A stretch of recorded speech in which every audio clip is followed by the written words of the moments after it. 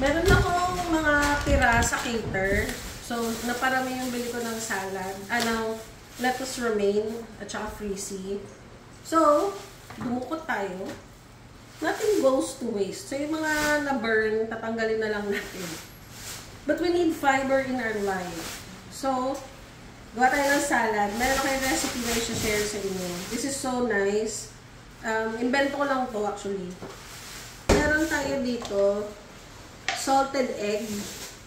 Lapit mo anak. Yan. Salted egg, cucumber, and kiwi. Yan siya. Kulang itlog. O, diba? Sarap yan, promise. I call this the salted egg salad.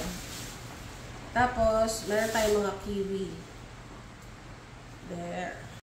Tapos, meron tayong mga cranberry na dried. Ayan.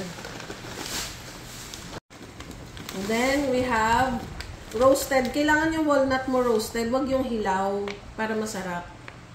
Yan. Roasted walnut. Yan.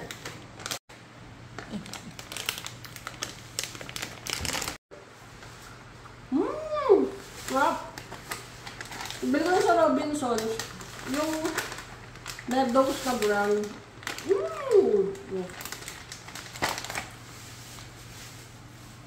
So, meron tayong balsamic vinegar glaze. Ito from Mama Lu. Nabili ko lang online. Ito, bigay ng friend ko. So, ubusin na natin.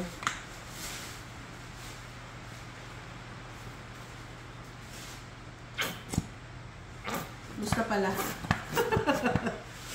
Ganyan. Yan. Sobrang sarap niyan mga kamari chef.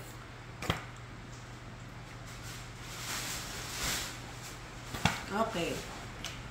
You can put white cheese. Ito yung brand.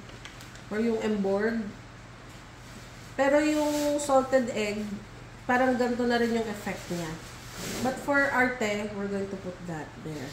Ayan, handa na ang ulam for today. Tinapa, longganisa, and my salted egg salad. Ayun lang.